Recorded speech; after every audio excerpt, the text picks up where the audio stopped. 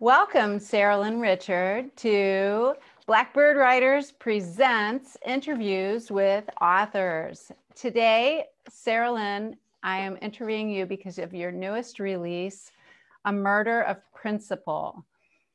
So this is your latest novel, and it'll be released in bookstores this week. Please tell us about it.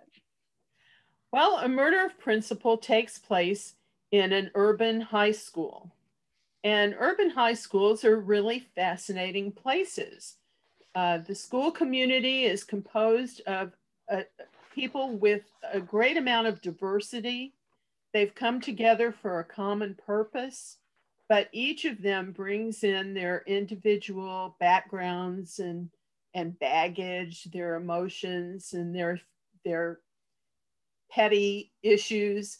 And so that it's kind of like a mixture of drama, tension, all of the problems and all of the emotions in society at large are in abundance in an urban high school.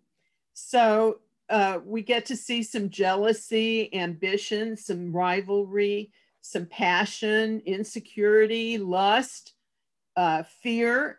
So all of the range of human emotions, and there are a million stories that are evolving behind the scenes in a school, and they're just waiting to be told.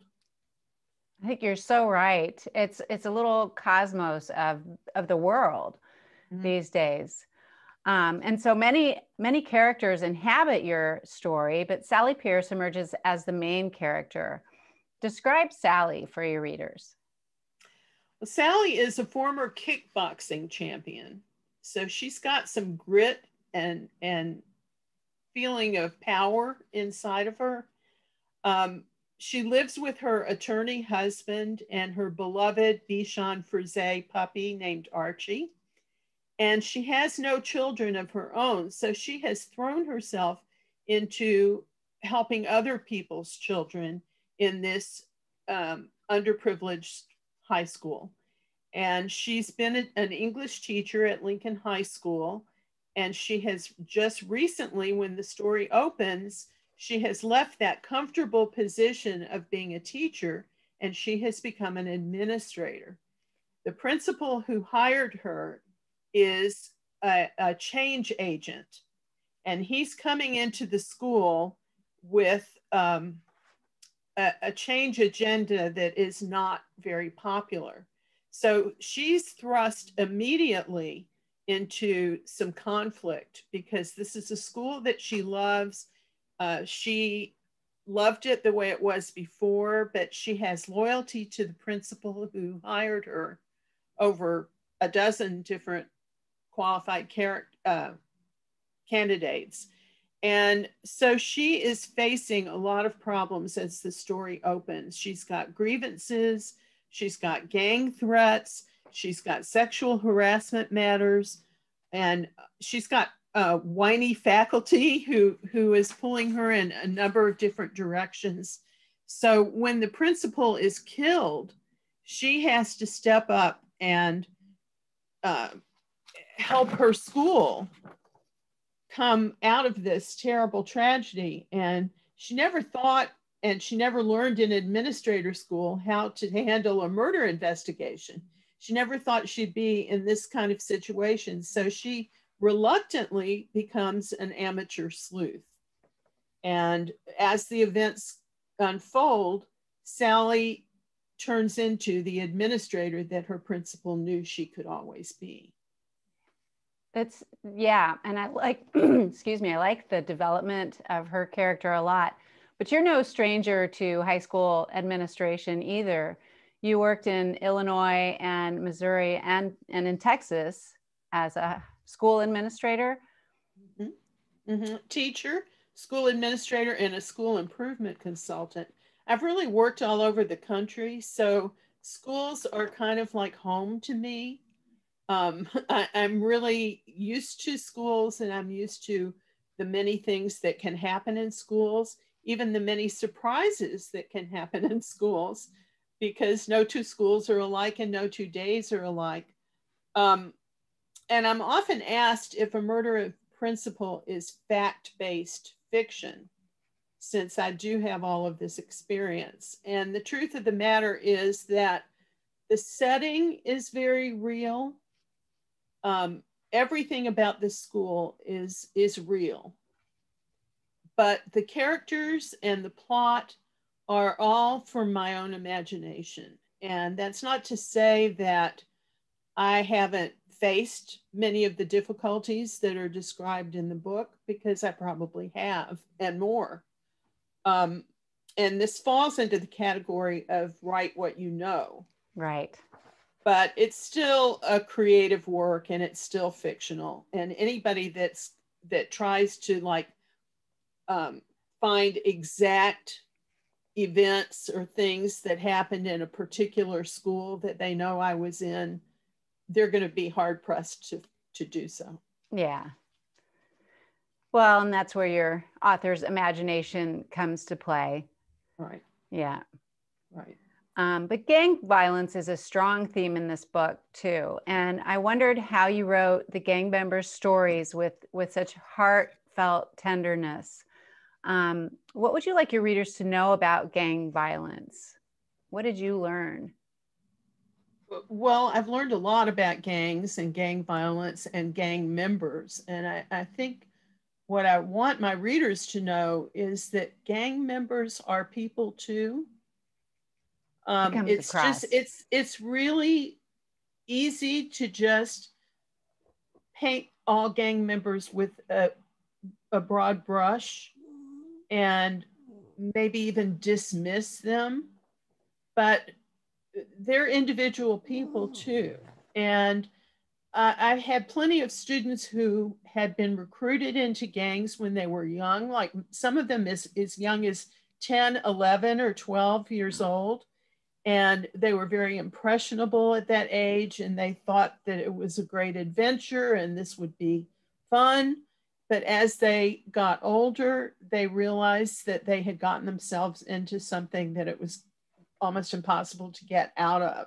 Yeah. And so the gangs are really a problem, not just for society and for the school, but they're also a problem for the families and for the individual gang members.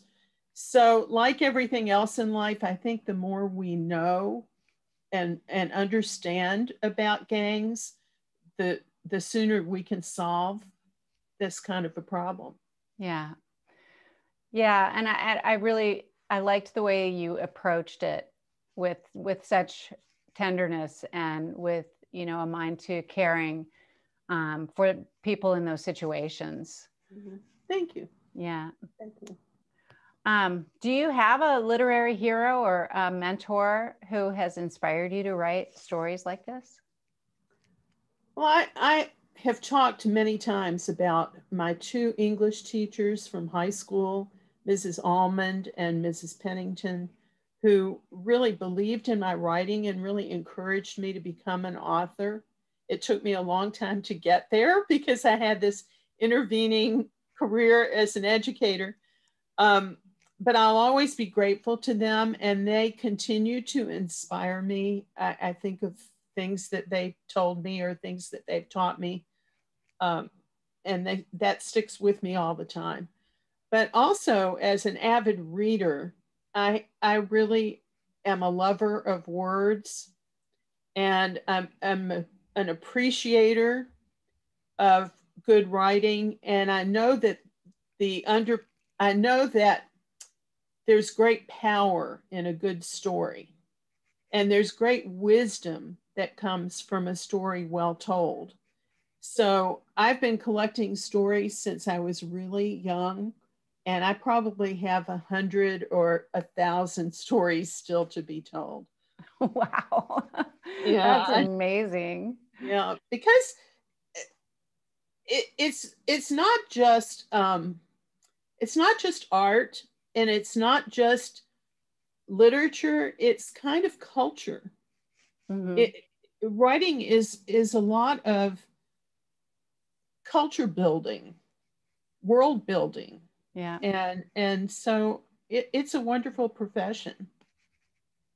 it is. And you have the opportunity to influence Mm-hmm. and change people's minds about things. And that's one of the things that I thought was really important about A Murder of Principle, too. Oh, thank you. So, what was the hardest part of writing this novel? I think the hardest part was killing the principal. Yeah. Yeah, he was a great guy. His name is R.J. Stoker, and he is really such a fully formed, well actualized character.